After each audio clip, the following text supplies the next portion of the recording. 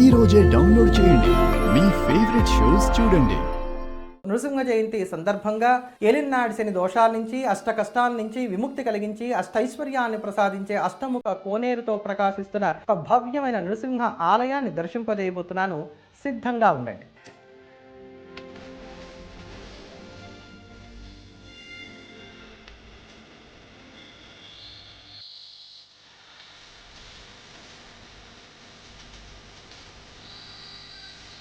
స్వామివారి యొక్క అభిషేకాన్ని తిలకించబోతున్నాం.